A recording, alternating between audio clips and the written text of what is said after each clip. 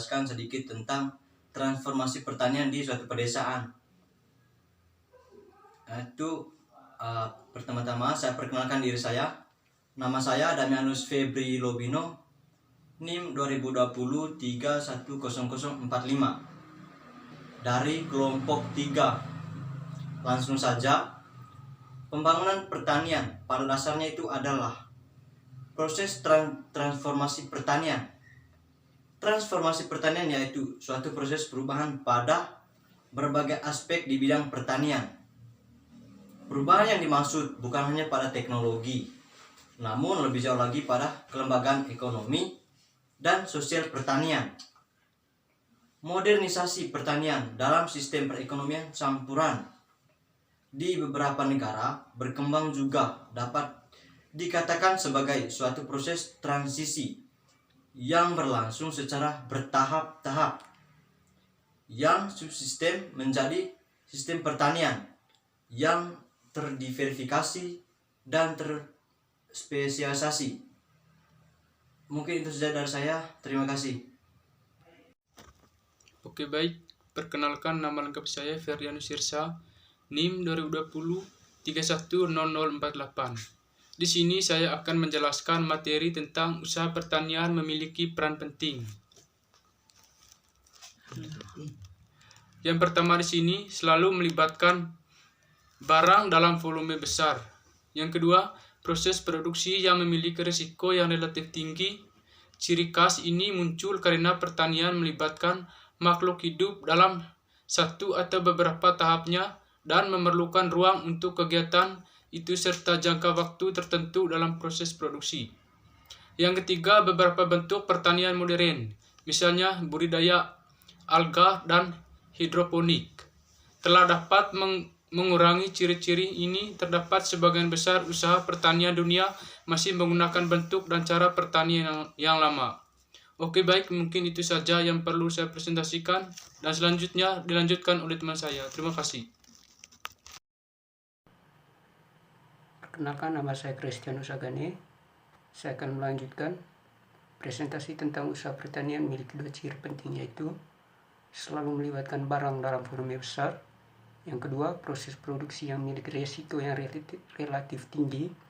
Dan ciri khas ini muncul karena pertanian melibatkan makhluk hidup dalam satu atau beberapa tahapnya dan memerlukan ruang untuk kegiatan itu serta jangka waktu tertentu dalam proses produksi. Yang ketiga, beberapa bentuk pertanian modern, misalnya budidaya alga dan hidroponik, telah dapat mengurangkan ciri-ciri, tapi sebagian besar usaha pertanian dunia masih menggunakan bentuk dan cara pertanian yang akan melanjut slide yang keempat tentang memburuknya kinerja pertanian di negara berkembang.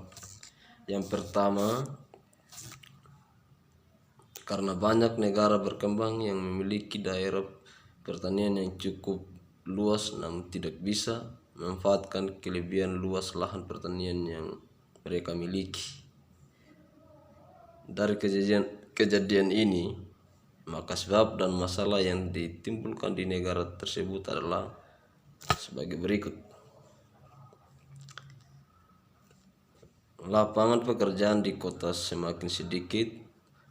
Hal ini diakibatkan karena banyaknya tenaga kerja yang mencari pekerjaan di sana, sehingga terjadi persaingan yang sangat ketat antara para pencari kerja.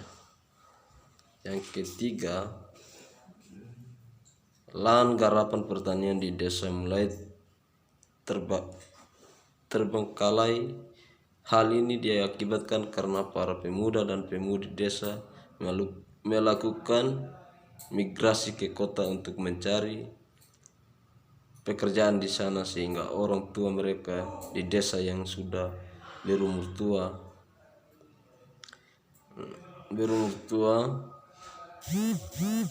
kerepotan untuk mengolah lahan pertanian yang luas, sehingga produktivitas mereka berlangsung angsur turun sering bertambahnya usia mereka. Yang keempat, semakin sedikitnya tenaga kerja yang ada untuk mengolah lahan pertanian yang luas di daerah pedesaan, maka produktivitas sektor pertanian tersebut juga akan turun. Tampaknya juga akan dirasakan oleh negara tersebut, yaitu di mana negara-negara yang memiliki lahan pertanian yang luas sudah mulai mengimpor bahan pangan untuk menjaga kestabilan pangan nasional mereka. Contohnya yang paling jelas adalah negara kita sendiri. Dan yang terakhir,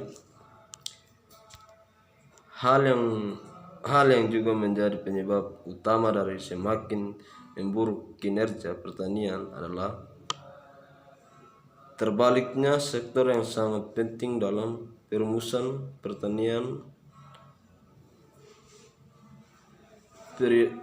prioritas pembangunan oleh pemerintahan negara yang bersangkutan. Itu saudara saya, terima kasih.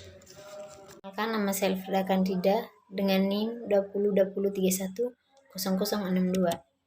Baik, di sini saya akan menjelaskan tentang tahap pembangunan pertanian.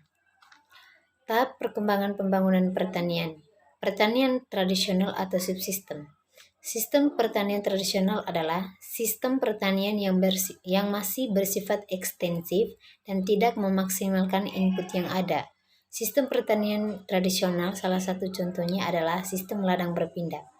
Sistem ladang berpindah telah tidak sejalan lagi dengan kebutuhan lahan yang semakin meningkat akibat bertambahnya penduduk. Sekian dan terima kasih. Baiklah, sebelumnya perkenalkan, nama saya Puan Dino Bersukar, NIM 2017-310029. Di sini saya akan melanjutkan presentasi dari teman saya yang sebelumnya. Baiklah, langsung saja. Penggunaan teknologi yang belum berkembang, dalam hal ini biasanya pada pertanian tradisional menggunakan alat atau teknologi yang masih rendah atau belum berkembang, yang mana hal ini dapat memperlambat hasil yang diproduksi dan akan membuang waktu dalam proses bercocok tanam.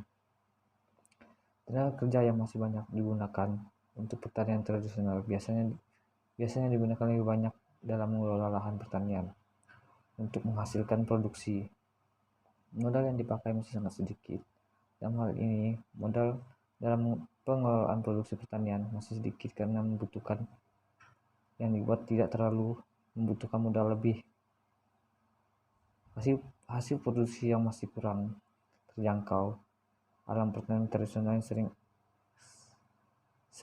seiring hasil yang diproduksi hanya sebatas untuk dikonsumsi keluarga maupun masyarakat golongan.